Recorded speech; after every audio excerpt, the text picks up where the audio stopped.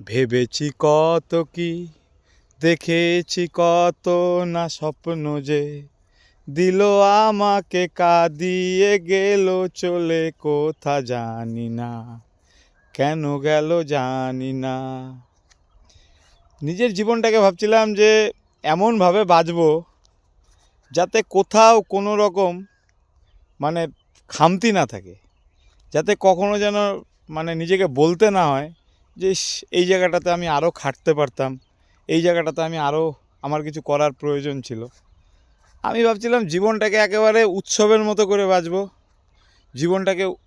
জীবনের প্রতিটা মুহূর্তকে আনন্দের মধ্যে দিয়ে উদযাপন করে বাঁচবো। কিন্তু আমি জানতাম না যে আমার এই স্বপ্নটাকে বাস্তবায়িত করতে গিয়ে আমাকে আমার জীবন দিয়ে তার মূল্য চোকাতে হবে। চাইছিলাম পাখির মতো উড়ে বেড়াবো, যাতে কোথাও কোনো রকম বাধা না থাকে, কোনো প্রতিবন্ধকতা যেন আমাকে ধরতে না পারে, এমনভাবে চাইছিলাম নিজের জীবনটাকে সাজাতে।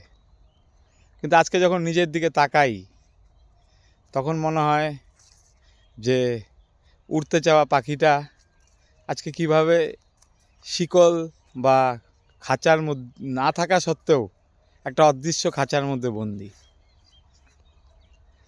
নিজের কাছে নিজেকে বড় বেশি অচেনা মনে হয়, নিজের কাছে নিজেকে মনে হয় যে এই আমিটা তো আমি আসলে হইতে চাই নাই, আমি তো চাইছিলাম অন্যরকম কিছু একটা।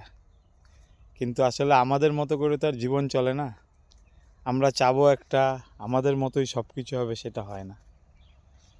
তো যাই হোক, তো সব কিছু মিলায় জীবনে যেরকম পরিস্থিতি আসুক তার মধ্যেই আমাদেরকে বাঁচতে হয়, আমরা বাঁচতে শিখি। তো এইটাই, তা আমি এই জিনিসটাই ভালো করে বুঝছি যে জীবনের আমাদের ভাবনায় আমরা আমাদের মতো করে একটা ভাবে সাজাই, আর যে উপরওয়ালা আছে সে হয়তো গিয়ে আমাদেরটা আরও ভালো করে বোঝে, সে হয়তো বোঝে যে আমাদের জন্য কোনটা বেশি ভালো হবে, তার প্ল্যান হয়তো গিয়ে অন্যরকম। জীবনের এই জার্নিতে আমি একটা জিনিস ভালো করে অনুভব করছি, আমাদের জীবনে কিছু কিছু মানুষ থাকে যারা নিঃশব্দে আমাদের পেছনে দাঁড়ায় থাকে, আর যারা দাঁড়ায় থাকে বলেই আমাদের কঠিন সময়গুলোকে আমরা পার করতে পারি। সেই মানুষগুলোই আমাদের জীবনের আসল মানুষ, যারা হয়তো সামনে আসে না, যারা পেছনে থেকে সব সময় হয়তো গিয়ে আমাদেরকে সামনে আগানোর জন্য নিজের মতো করে উৎসাহিত করে চলে। তো নিজের জীবনের সুখ স্বাচ্ছন্দ্যকে বলিদান দিয়ে যে হয়তো কি আমাদের ভালোর জন্য দিনের পর দিন মুখ বন্ধ করে আমাদেরকে সাপোর্ট করে যায়, আমাদেরকে আগায় নিয়ে যাওয়ার জন্য কাজ করে, এই মানুষগুলোর জন্য কখনো কখনো মনে হয় যে ভগবান তো সশরীরে আসে না, কখনো কখনো ভগবান মানুষের রূপ ধরে আমাদের মাঝখানে আসে।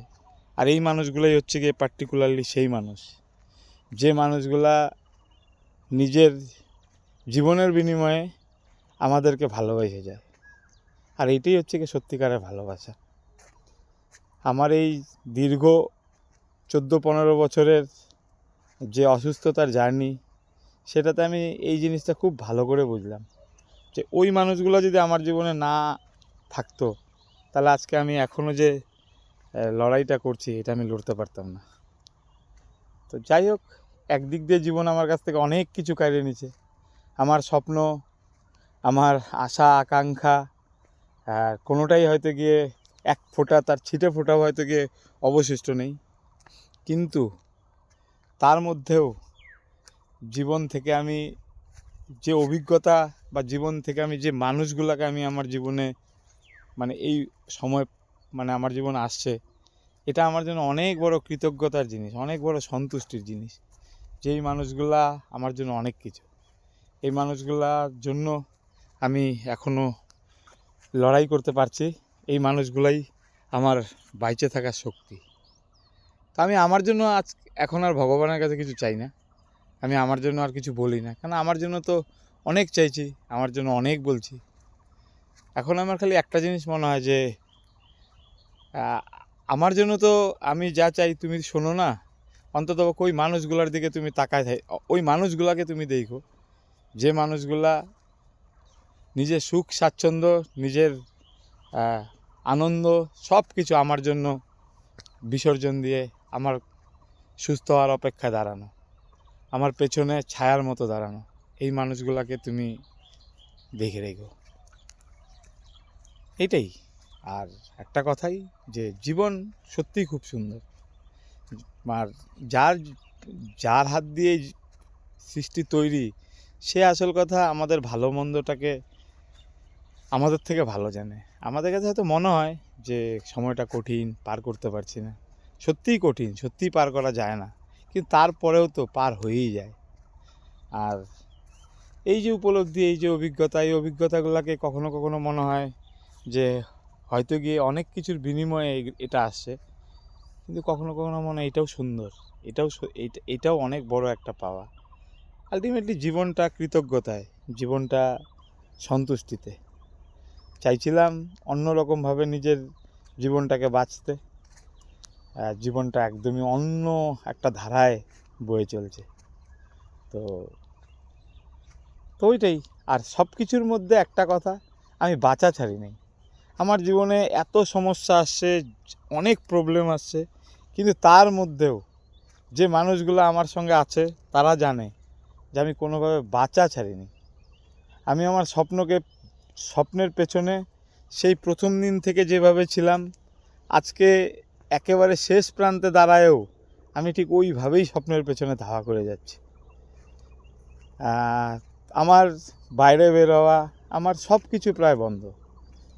সব মানুষের থেকে দূরে থাকতে থাকতে এমন একটা অবস্থার মধ্যে আমি দাঁড়ানো যে আমার পক্ষে সারা দুনিয়াটাই এখন মানে অন্ধকারই এখন আমার জন্য দুনিয়া। শুধু কোনোভাবে নিজের সামান্য কিছু কাজ তাও করতে পারি না, তার মধ্যে যতটুকু করতে পারার হয়তো গিয়ে করি। তা যাই হোক, আমি আমার স্বপ্নের পেছনে ধাওয়া করা ছাড়িনি। আমি আমার স্বপ্নের পেছনে সেই আগের মতোই পাগল, আগেও যেমন ছিলাম এখনও আছি। এটাই তো, ওই মানুষটাকে ওই মানুষটাকে কোনোদিনও ভুলতে হয় না, যে মানুষটা তোমার পেছনে নিঃস্বার্থভাবে দাঁড়ায় আছে। আর ওটাই তোমার ভালোবাসা। আর এই ভালোবাসাটাই আমার শক্তি। আর এই ভালোবাসাটা আছে বলেই এই সমস্যার মধ্যেও আমি দাঁড়ায় বলতে পারি যে না, আমাকে বাঁচায় রাখছে ওই মানুষটাই, যে মানুষটার ত্যাগ এবং বলিদানের জন্যই আজকে আমি দাঁড়ায় থাকা।